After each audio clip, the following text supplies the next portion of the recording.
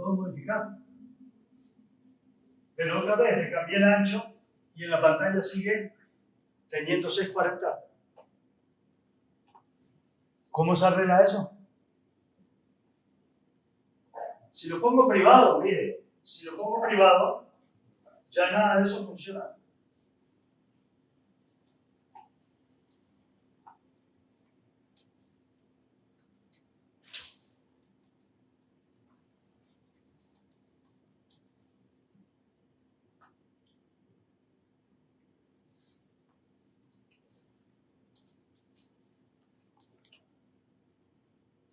Lo guardo y ya está.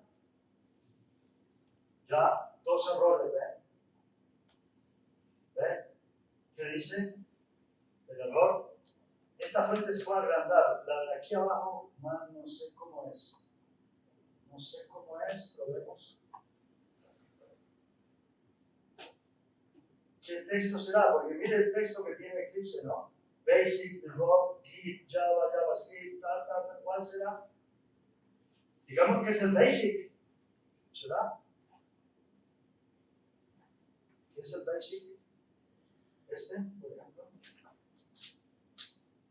A ver. No, a otra cosa le cambié el tamaño de la letra. ¿Cuál será esta ventana de acá abajo de la consola? Vamos a ver. View and editor folders. ¿Será esta? Esta no tiene ni una parte, ¿no? Part title, solo el título. Wikitext Terminal Console. ¿De pronto es este? No, ya tiene 20 de. No se vio. Bueno, mejor dicho, no lo ven bien, pero acá está subrayado con rojo, la X y con rojo el ancho, y acá tengo 2 errores, ¿ves? Que dice el campo ancho no es visible, el campo X no es visible. Entonces, si los pongo públicos, cualquiera los puede modificar y se presentan inconsistencias. Si lo pongo privado, no lo pueden modificar de afuera, pero necesito poder modificarlo para cuando coja la ventana con el mouse, cambiarle la posición y el tamaño. ¿Cómo será?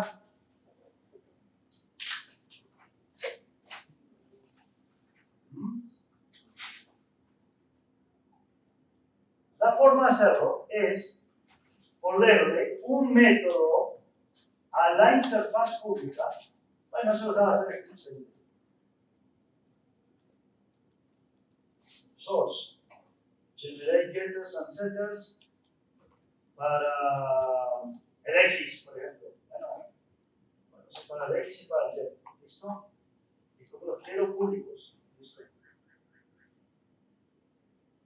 Entonces ese me permite consultarlo. Este no me importa, ¿ves? Por ahora no me importa, me importa los modificadores. Estos se llaman modificadores, ¿ves?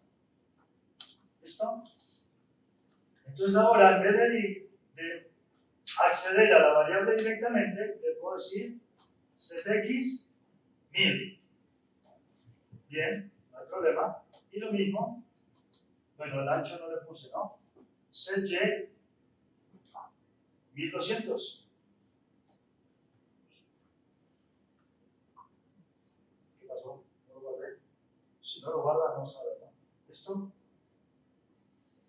Y entonces, usted si lo mira, dice, pero este modifica el X y este modifica el Y. ¿No es la misma vaina que haberlo dejado públicos o no? Es lo mismo, ¿no? ¿De qué me sirve? De que estoy devolviendo el dato. De que estoy devolviendo el dato al otro objeto. O sea, lo modifiqué. En el objeto 1 está almacenado el dato X y Y. Sí, le acabo de poner, mire, mire lo que dice. Le acabo de poner 1000 y 1200 y sigue pintado en 1010. La diferencia es que cuando llamo un método de estos, de la interfaz pública, el objeto se entera de lo que estoy haciendo. Y como se entera, entonces viene y hace esto.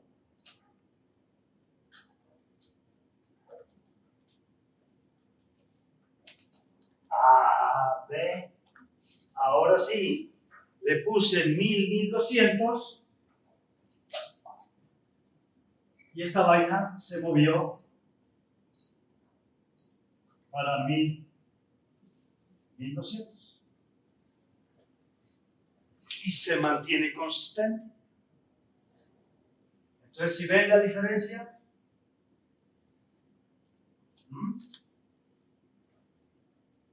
encapsulo los datos, o sea, son privados, la posición es privada, pongo en la interfaz pública métodos que me permiten cambiar esos datos, pero después, si necesito hacer algo para que el objeto siga siendo consistente, pues lo hago en el mismo objeto, ¿ve? Y no tengo que acordarme por fuera de que si le cambio el X y Y, me toca llamar de nuevo a Pay. ¿Se pillan la diferencia? Entonces, los datos, los atributos de una clase, siempre privados. Ahora yo digo, mire, ¿para qué usar los enteros, no? ¿Por qué no uso una variable, una clase de Java que llama point? Eso ya tiene dos enteros por dentro. Y miren lo que pasa cuando miro point de Java.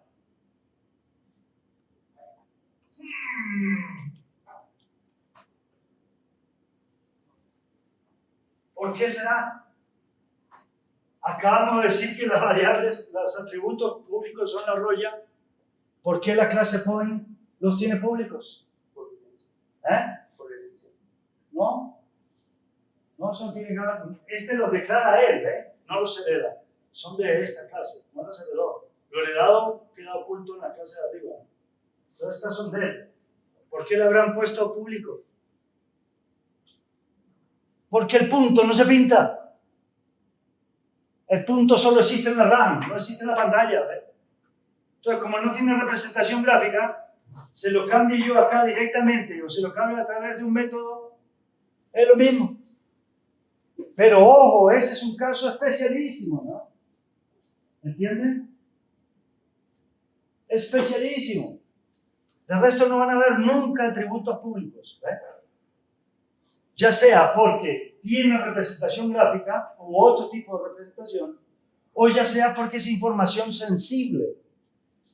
Aló, vaya a tomar un tinto más, un piso arriba nomás.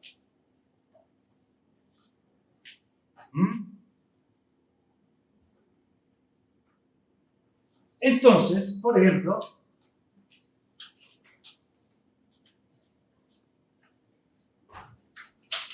ahora no tengo la clase Windows, ahora tengo la clase estudiante. ¿Listo? Tengo la clase estudiante. Bueno, las clases en general son públicas, si no, no las puedo usar, ¿no? Entonces ese modificador de acceso en las clases nunca sirve para nada, ¿no? Siempre es público. Pero bueno, entonces tengo la clase estudiante. ¿Listo? Y usted viene y dice private documento de identidad. Me faltó el tipo. Digamos que es un string, una cadena de caracteres, ¿listo? Porque a pesar de que es un número, puede tener un pasaporte con letras o lo que sea. Y yo voy a hacer operaciones con la cédula, ¿no? Entonces puede ser una cadena de caracteres, ¿listo? Lo puse privado. Cuando le pongo el valor en el constructor, le paso el documento de identidad, el nombre, y él se lo asigna a sus atributos, ¿listo? Ahora el estudiante empezó con tarjeta de identidad, acá en la universidad. ¿Listo? Y al año cumplió 18 y se cambió a cédula.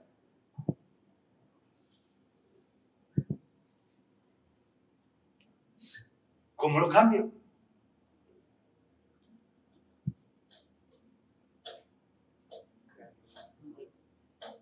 Creando un método.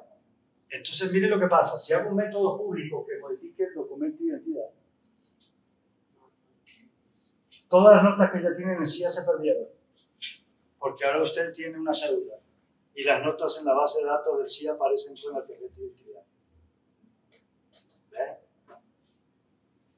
Entonces, hay atributos que están hechos para que nunca se cambien.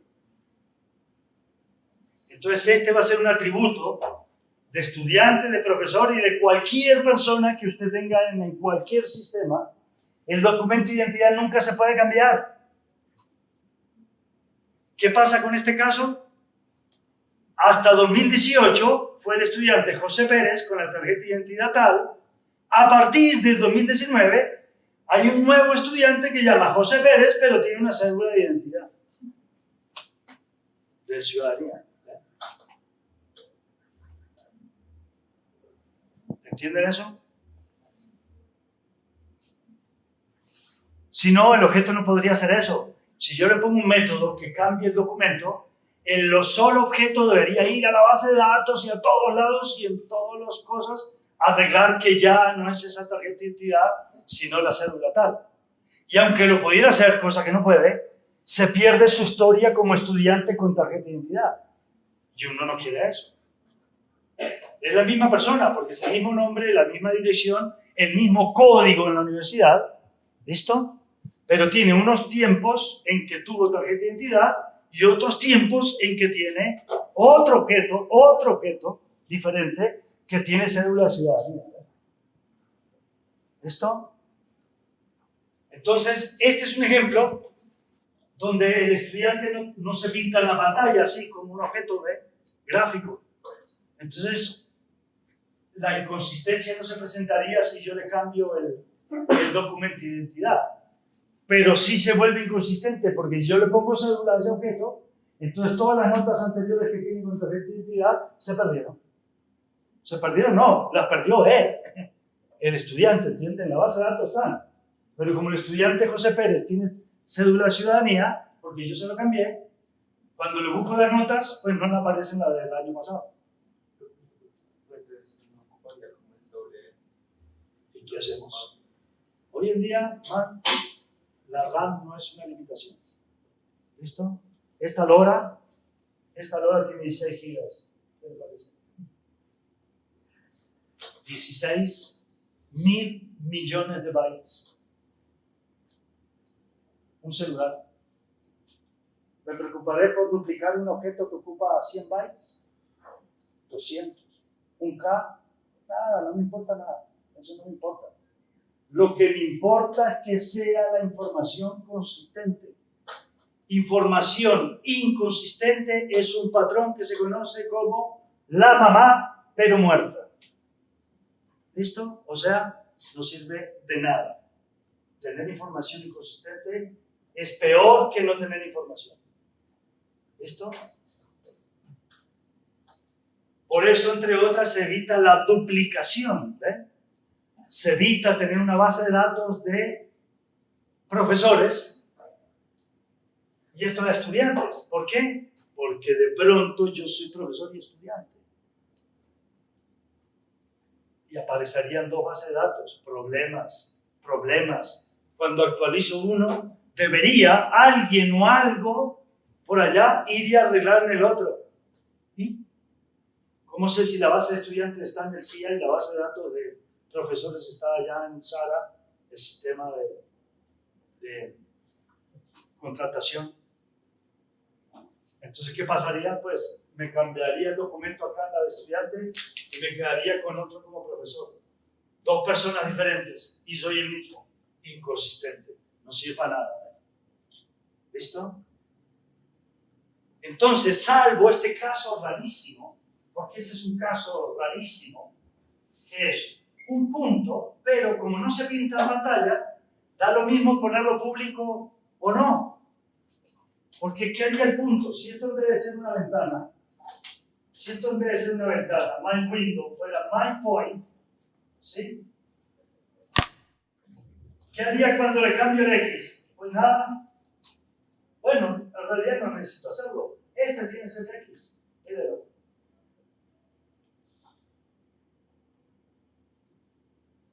Por ejemplo, set location, move. Bueno, pero hay un ZX.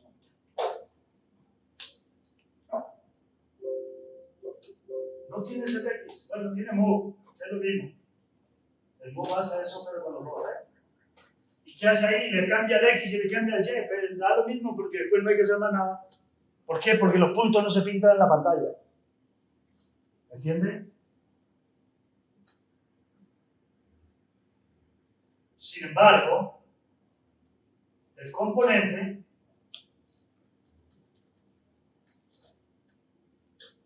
por ahí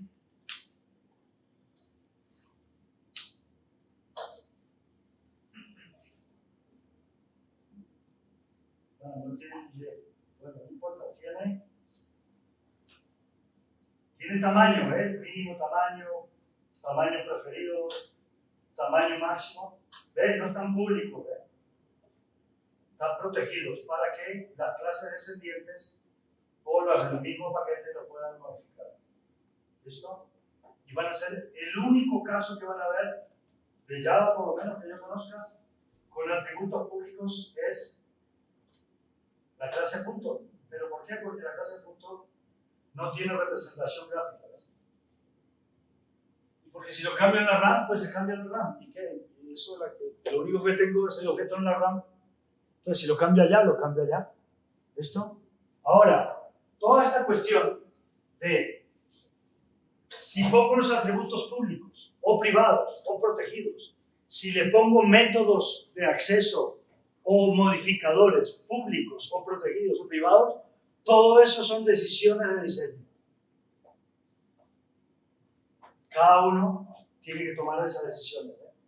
No hay una norma general, salvo la que yo le digo, ponga los atributos públicos, privados, perdón. Si necesita poder modificarlos afuera, póngale un modificador público, pero ponga siempre los atributos privados. ¿Listo? Ahora, todas las demás decisiones de si pongo modificador o no, si pongo consultor o no, bueno, los consultores son inofensivos, los pongo siempre, ¿no? Eclipse se lo genera de una. ¿Listo? La cuestión está con los modificadores. ¿Le pongo o no le pongo? ¿Lo pongo público, lo pongo protegido, lo pongo privado? Todas esas son decisiones de diseño. Cada uno la tendrá que tomar, cuando haga sus clases. ¿Listo? La única regla general que les recomiendo es esta, miren. Atributos, ni lo piense, póngalo privado. Todos. Después, si necesita poder consultarlos, le pone consultores públicos, desde afuera, ¿no? Si después necesita poder modificarlos, póngale modificadores públicos, pero la diferencia está en que cuando usted pone un modificador público, hace lo que tiene que hacer para que todo siga siendo consistente, ¿ve? Entonces, como esta ventana mía se pinta cada vez que le cambia el X, hay que repintarla, ¿ve? Cada vez que le cambie el Y, hay que repintarla. Cada vez que le cambie el ancho, hay que repintarla. Y eso es lo que hace esta cosa, ¿no? Mírela. Eso es lo que hace, ¿no? Se repinta, ¿ve? Sola. ¿Por qué? Porque son objetos, saben pintarse. No tengo que desde afuera sacar los datos y pintar un rectángulo. No. El objeto ventana sabe pintarse. Míralo. Yo simplemente, y lo borré, simplemente lo borré.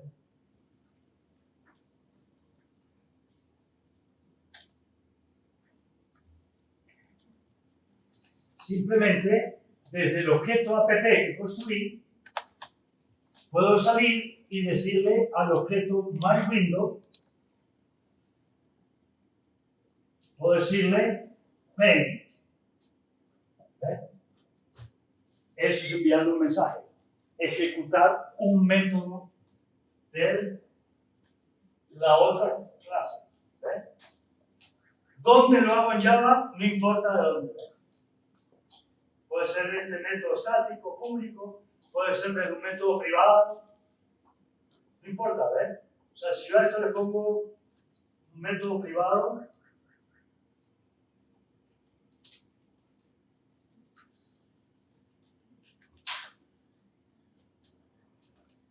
¿listo? Bueno, este código para allá funciona igual, ¿ves? ¿Se pillan? Funciona igual.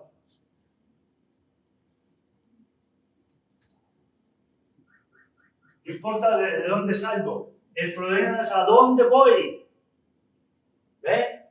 Entonces, toda esta carrera para explicarles que esto es la interfaz pública. Por donde otros objetos de otras clases pueden acceder a objetos de esta clase. ¿Listo? Si fuera totalmente encapsulada, no me sirve para nada. ¿Sí? Totalmente encapsulada quiere decir que hasta el constructor o los constructores son privados. Entonces no podría ni siquiera crear un objeto de esa clase. Y si no puedo crear un objeto de la clase, pues no puedo usarla. ¿Para qué la tengo? ¿Sí ven? Entonces usted puede tener muchos constructores, pero en general, ojo, en general, son públicos. Un poco de código antes. Los constructores son públicos. ¿Sí? Y ya van viendo algo que es de programación. El constructor se llama igual que la clase. Se tiene que llamar igual que la clase. Entonces esto rompe la regla de camel case. Los constructores sí empiezan por mayúscula. De resto, ningún otro, ¿ve? Minúscula, mayúscula, camel case. ¿Listo? ¿Ve? Con nombres compuestos.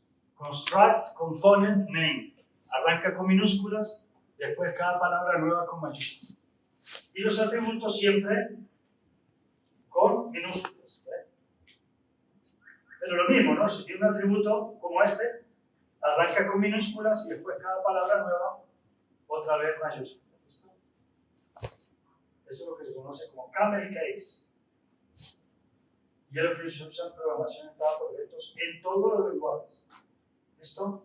Entonces estoy saliendo aquí de un método que es privado, no importa. Lo que importa es que estoy mandándole mensajes al objeto MyWindow a través de ¿qué? De su interfaz pública. ¿Y cuál es su interfaz pública? Pues los métodos públicos. setX, setj, take. ¿Listo?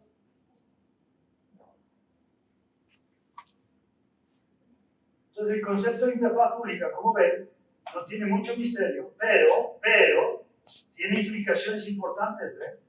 Hello and welcome to my introduction to Flutter. If you haven't seen Flutter before, it's an open source. Se aprende interpolizador, si uno lo usa, se sabe. Eso no está fácil de hacer, ¿ven?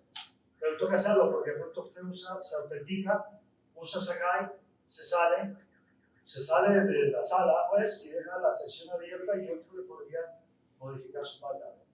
Pero esto tiene un temporizador de que si usted no me acuerdo cuánto le puse, 15 minutos, media hora, si usted no lo usa, lo desloguea. ¿Listo? No es perfecto, pero lo protege un poco más que si se quedara abierta la sección para siempre. ¿Listo?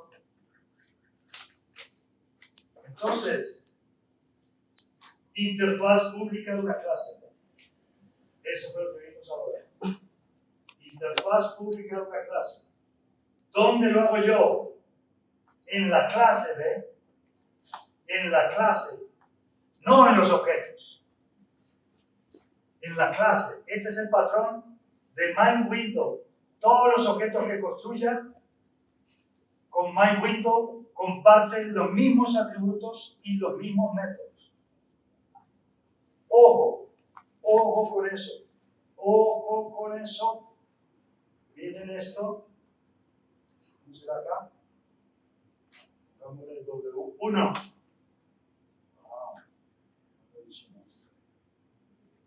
Shift R. Un poco. Control R. Un poco. Este teclado también es complicado. Bueno, refactor.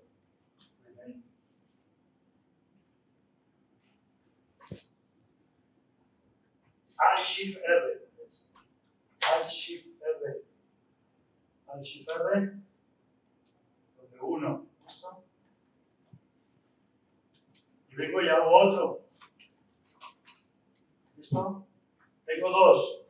No se preocupen de esto. Tengo dos objetos de la clase MyWindows, ¿eh? Y yo digo, tienen los mismos métodos y los mismos atributos. Sí, es verdad. Tienen los mismos métodos y los mismos atributos. ¿Por qué?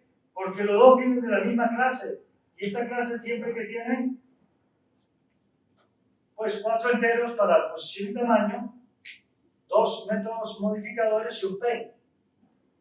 ¿Eso quiere decir que tienen los mismos valores en los atributos? No, no. Los mismos atributos, pero cada uno con sus valores. Es decir, estas dos ventanas que hice, W1 y W2, por dentro, este tiene un X y un Y, y este tiene otro X y otro Y. ¿Listo? Entonces yo puedo hacer la clase estudiante y crear 25.000 estudiantes con nombres y documento y identidad diferentes. ¿Y no les surge una pregunta?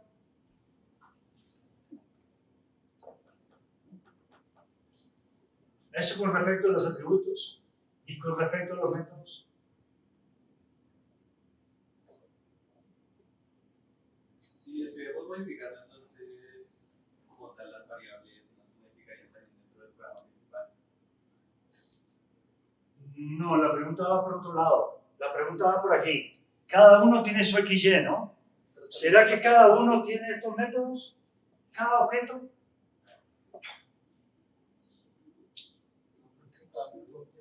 Tendría que haber un método que alterara solo los valores o los atributos de W1 y otro que alterara los W2.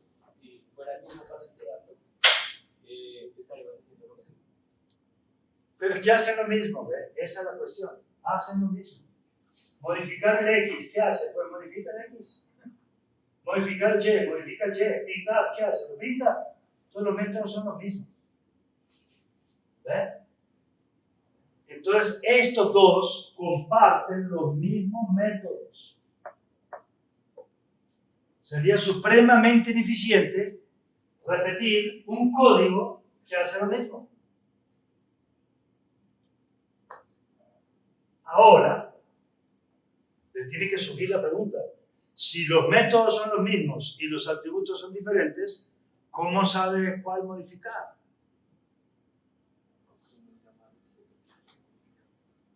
Por ahí es. Y eso se va a traducir en esto que lo vamos a ver más adelante, el this.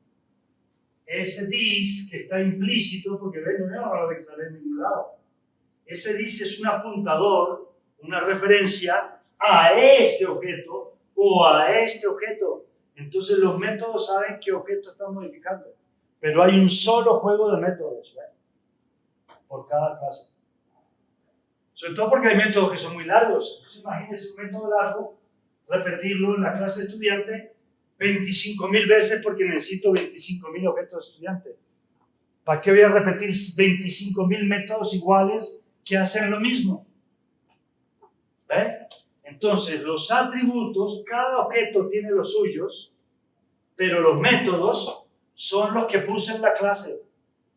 ¿Y cómo lo diferencian?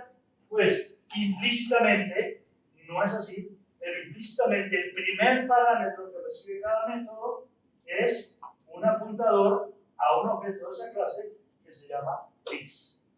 ¿Eh? Sí, mire, se puede hacer en todo, si quiere, pero no es necesario ponerlo. Esto lo pasa Java, no lo pasa a usted. Java es el que le dice, mire, este método está operando sobre este objeto. Entonces, ¿cuál es el this? Este es el this. Este. La dirección en memoria de este. ¿eh? O de este, porque cada uno tiene su this, ¿no? ¿Eh? La dirección de memoria donde está el objeto. Entonces, para estar seguro, porque no sé si el dis no lo tenemos que poner nosotros, sino No. que ya automáticamente lo pone para que uno sepa que se está trabajando en ese objeto específico. Exacto. Para que se sepa, no, para que el código sepa, para que el mismo Java sepa.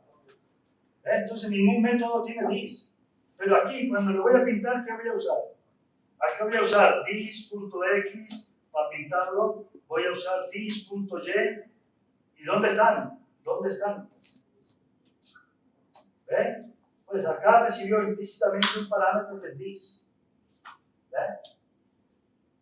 Cuando yo llame al método P, como estoy trabajando con una máquina virtual, la máquina virtual intercepta la llamada a este método P y le pasa como parámetro dis. ¿Eh? Nos fuimos un poco adelante porque esto ya es programación, pero hay que entender esto conceptualmente para poder seguir para adelante. Entonces, este es el patrón, este es el patrón, el molde. Una clase es el molde. Una clase es un molde, un template. ¿Listo? A partir de ahí, ¿cuántos objetos puedo crear? Pues todo lo que quiera mientras le alcance la mano. ¿Listo? ¿Cuánto RAM ocupa un objeto? No está fácil de saber. Pero se puede calcular. Hay algoritmos para eso. ¿Cuántos bytes ocupa un objeto, una clase? ¿Listo? Porque no es solo sumar los atributos, ¿ve?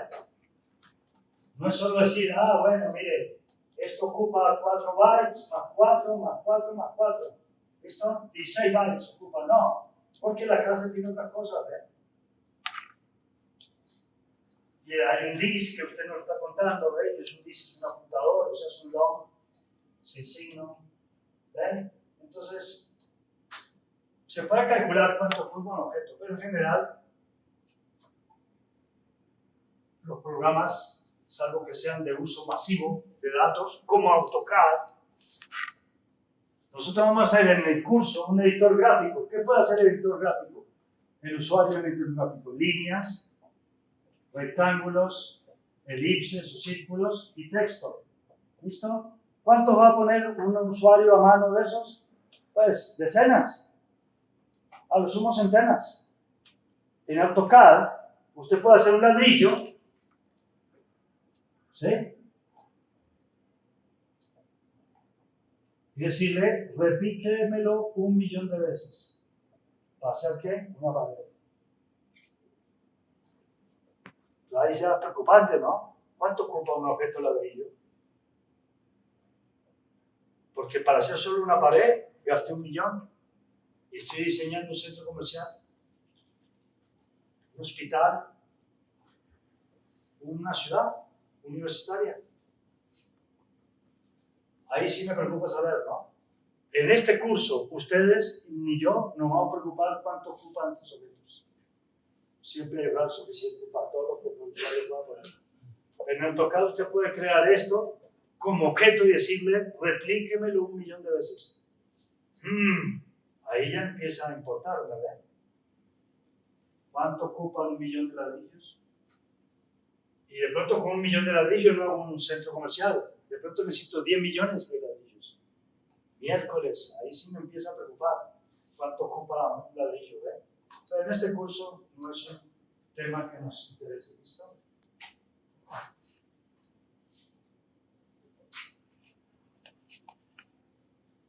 Bueno, ya tienen claro la diferencia entre clase, una cosa que escribo en pseudo inglés, en este caso Java, ¿listo? Y que es un objeto de esa clase o de otra, ¿listo? Que tiene sus atributos también y sus métodos, pero también tiene sus atributos y sus métodos. Pero lo importante es los tiempos. Los tiempos. ¿Cuándo existe este? ¿En qué tiempo existe este? En tiempo de codificación, programación. ¿Cuándo existe este?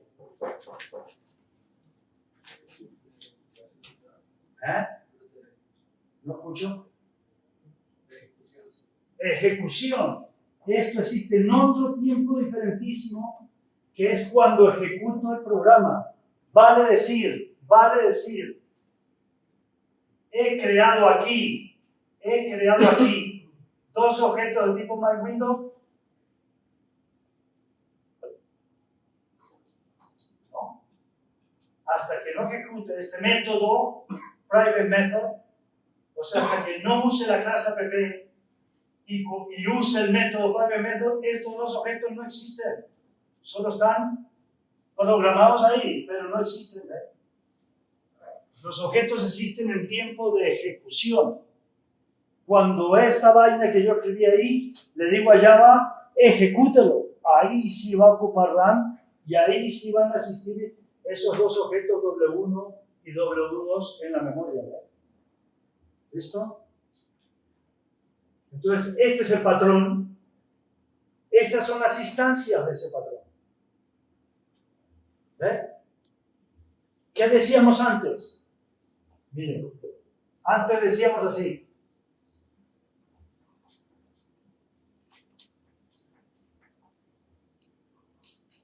Decíamos, tengo un tipo, ¿cuál? Int, para enteros. Tengo una variable, int, y. ¿De dónde salió la variable? De declarar que es de tipo entero. Ahora ya no tenemos eso. Ahora lo que tengo, ¿qué es? En vez de tipo. Una clase. ¿Qué tengo en vez de variable? Un objeto. ¿Listo? Entonces tengo MyWindow. Y acá dije MyWindow. Pero ojo, ¿no? Para este entero no necesito pedir memoria, ¿no? Pero para este sí. O sea, esto así es solo un apuntador que no tiene nada, ¿no? ¿Listo? Tengo que decirle como dice acá, ¿no? Igual a num en window. Ahí sí le pongo un objeto, ¿no? ¿Listo? Así es solo declarar una referencia, ¿eh? Cuando le digo igual a num my window, ahí sí tengo un objeto. Bueno, cuando se ejecute, ¿no? ¿Ya entienden eso?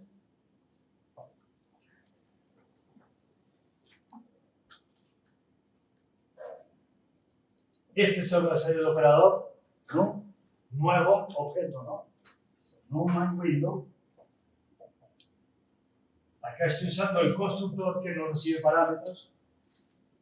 ¿Listo? ¿Por qué compila si yo no lo puse acá? La clase MyWindow yo no le puse constructor. Si usted no pone ninguno, vamos a ver, Java le pone este constructor que no recibe parámetros, que se llama constructor por omisión. ¿Listo? Por eso funciona eso. Compila, pues. No marca error, ¿eh? Porque Java lo pone, si usted no pone otro, él ya no pone ese, ¿no? ¿Listo? Bueno. Y este proceso acá ya no se llama declaración, sino se llama instanciación.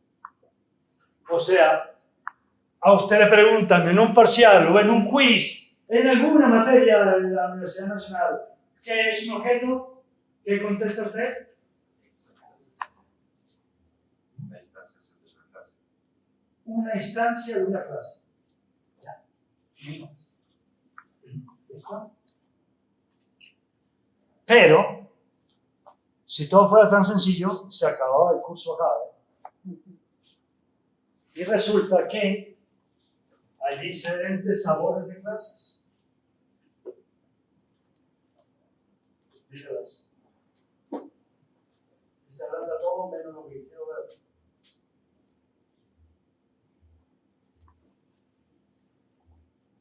Entonces, vamos a ver que de estas clases hay dos sabores principales. Abstractas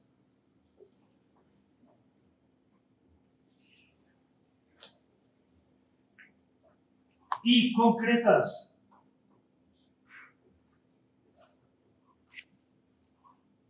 ¿Listo? La diferencia es muy sencilla. De estas se pueden crear objetos. De estas, no.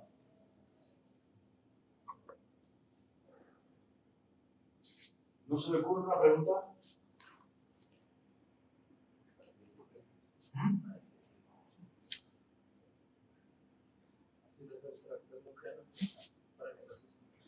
Exacto. ¿Para qué será? O sea, si no puedo crear objetos en una clase abstracta, ¿para qué la quiero? Piensa en el CIA.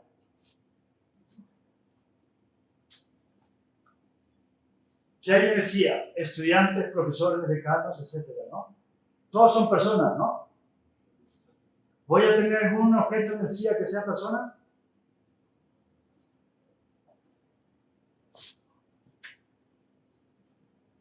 Estudiantes, profesores y decanos. Todos son personas. Entonces, para no repetir código, lo que es común a los tres, los meto en una clase persona. Pero objetos personas no va a haber en el CIA. En el CIA solo hay estudiantes, profesores y decanos. ¿Para qué me sirve la clase persona? Para encapsular lo que es común a estudiantes, profesores y decanos. Pero no voy a crear objetos de tipo persona. ¿Ve? ¿Qué es persona? Una abstracción. ¿En qué se traduce en código? Puede ser una clase abstracta. Mírala.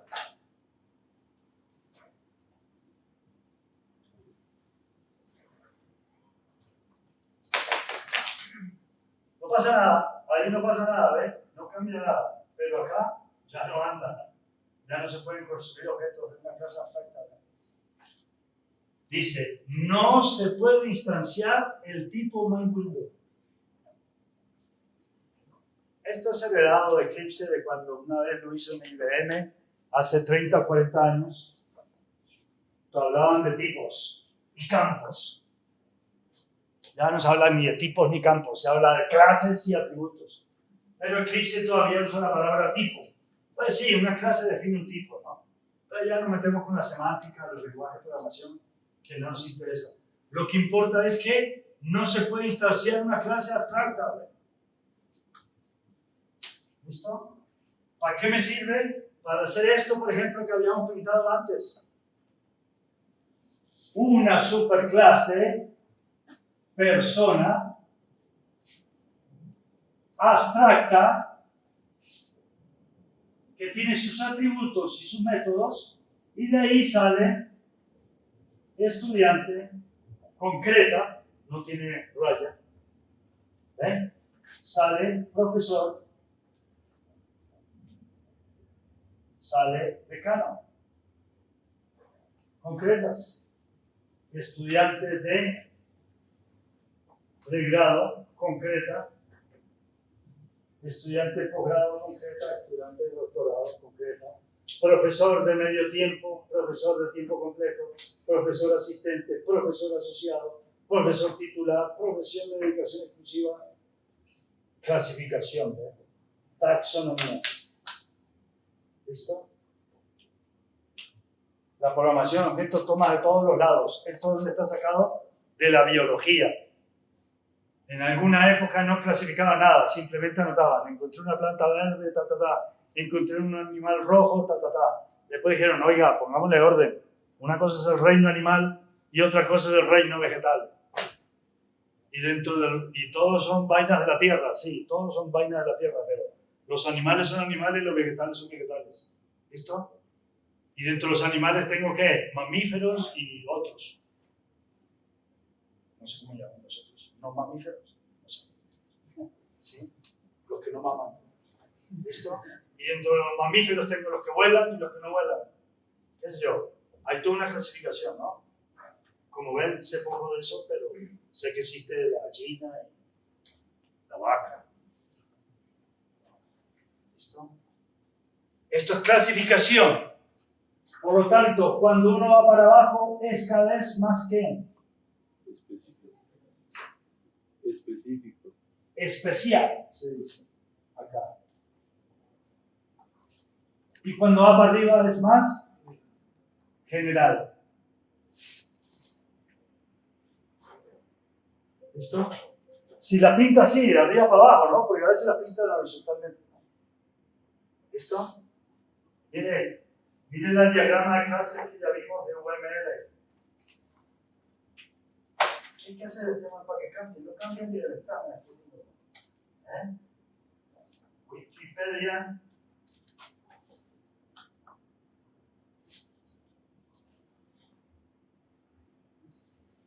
UML. Mire, UML tiene muchos diagramas. ¿Ve? Mire, tiene 14 tipos de diagramas diferentes. ¿Dónde están? Miren lo que da.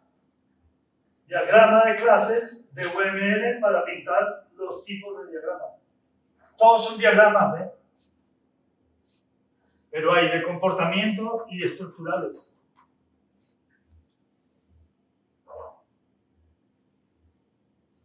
¿No eran 7 y 7? Míralo. 1, 2, 3, 4, 5, 6, 7. 1, 2, 3, 4, 5, 6, 7. Es que estos son abstractos, ¿eh? No hay un diagrama de comportamiento.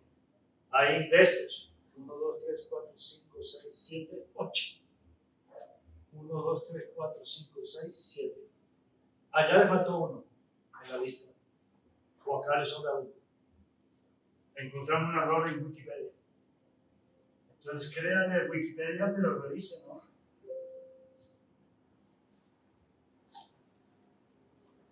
¿Por qué Wikipedia tiene inconsistencias? Porque es editable por cualquiera. Escuché la palabra cualquiera. Cualquiera la puede. Cualquiera puede escribir. Atributos públicos. Acá funciona al revés, ¿eh? Acá todo el mundo escribe y eventualmente alguien revisa. En objetos no puede pasar eso, man. Primero se revisa y después se hace. Es decir, aquí usted va a hacer esto. Aquí, set X. Esto lo voy a hacer si X es menor o igual que 0, mayor o igual que 0, y X es menor que, no sé, la resolución de la pantalla. Tendré que averiguarla. ¿Listo? Screen width. ¿Listo? Si se cumple eso, haga esta vaina. Si no, no lo haga, porque una ventana no puede estar en un X negativo, o tener un ancho negativo, o tener un alto negativo. ¿Ve? Acá primero se revisa y después se hace. En Wikipedia, todo el mundo puede escribir y eventualmente alguien revisará. Y en una clase en Colombia encontrará que hay un error en el diagrama o en la lista, ¿no? Los dos tamaños. ¿Se ve? Allá hay 14 y acá hay 15. ¿Cómo quito esto?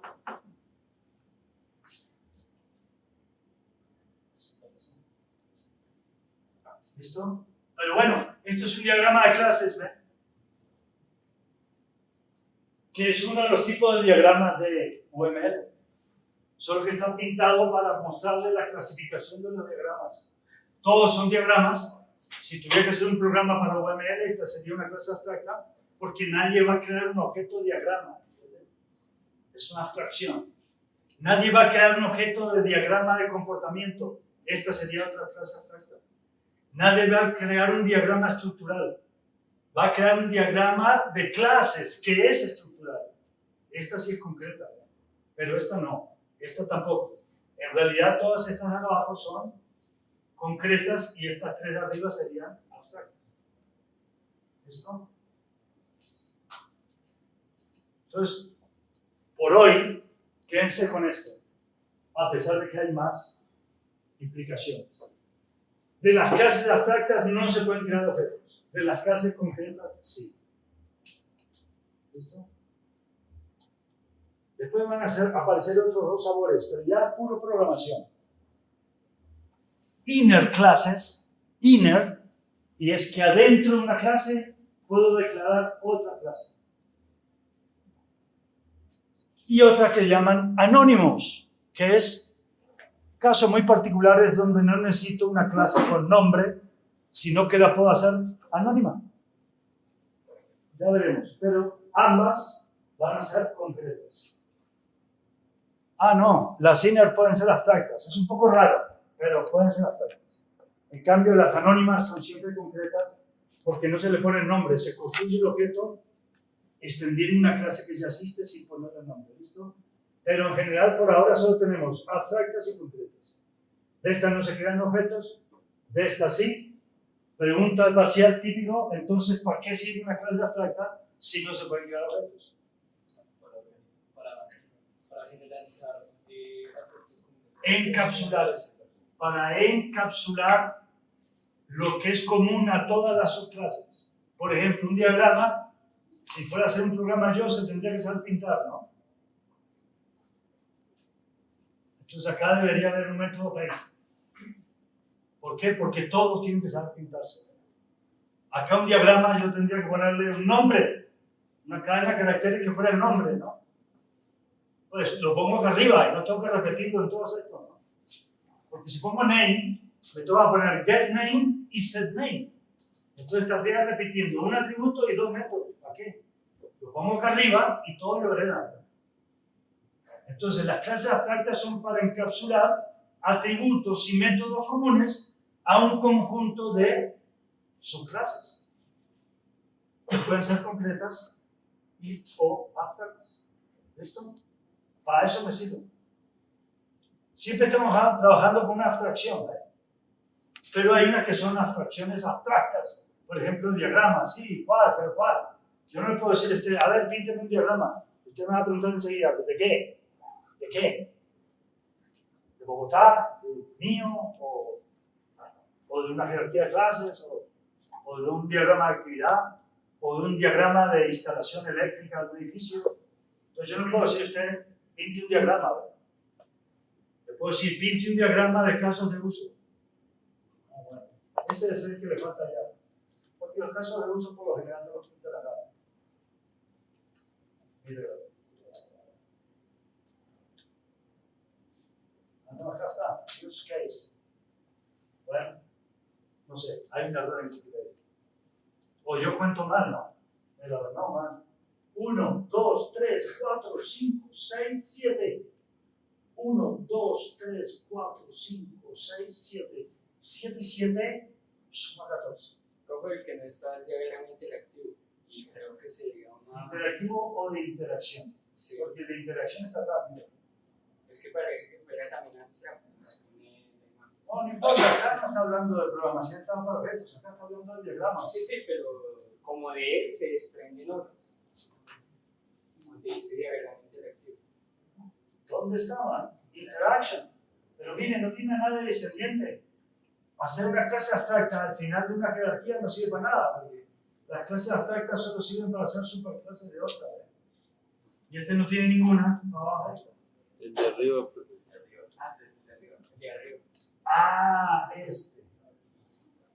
¿Ve que Wikipedia está bien? Sí, este no existe en la lista porque este es una superclase abstracta de estos cuatro. No de interacción, sí. Bueno, interaction overview se llama este y este solo interaction. Ahí está. Se salvó Wikipedia.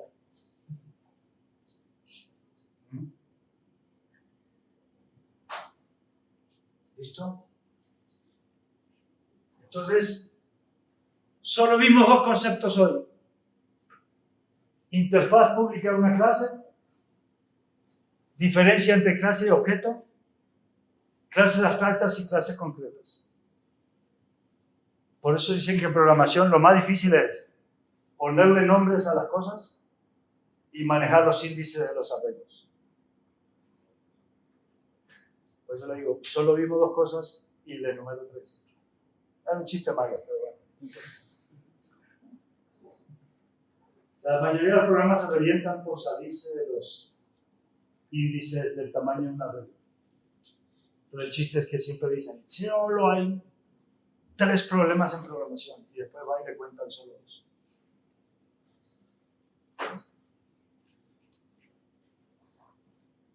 Había otro parecido. Y había otro que lo da visto en programación. En Google en inglés. ¿Cómo voy a Google en inglés? Este está en alemán, imagínense. Este está en alemán, este Google.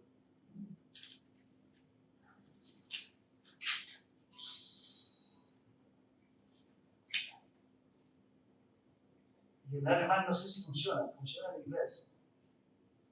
Configuración, ahí sale.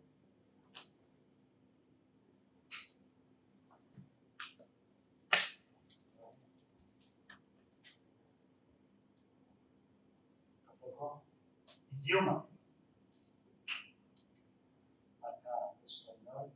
Pero ¿por qué me sale la pantalla de buscar en alemán? Porque se está en el punto de... Porque el chiste es este, miren.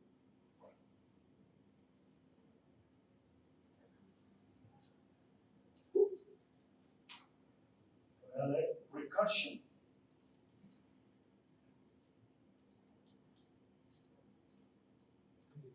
Y le sale el chiste de, ¿quiso decir recursión? Recursión. ¿Quiere decir recursión? ¿No? Sí. Recursión es una función que se llama a sí misma. Está bien escrito arriba, pero aún así me sale. ¿Qué quiso decir recursión?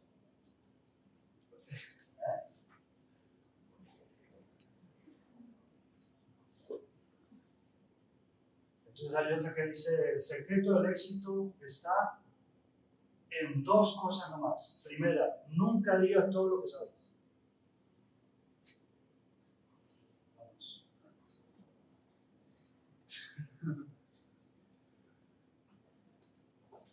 ¿Preguntas de hoy? Quedó para la clase que viene porque toca almorzar y tengo clase de 2. Solo vimos las 3 cosas, ¿ven? Welcome to my introduction to Flutter. If you haven't seen Flutter before, Interfaz pública, clase abstracta, clase concreta, ¿y qué más? Vimos 3.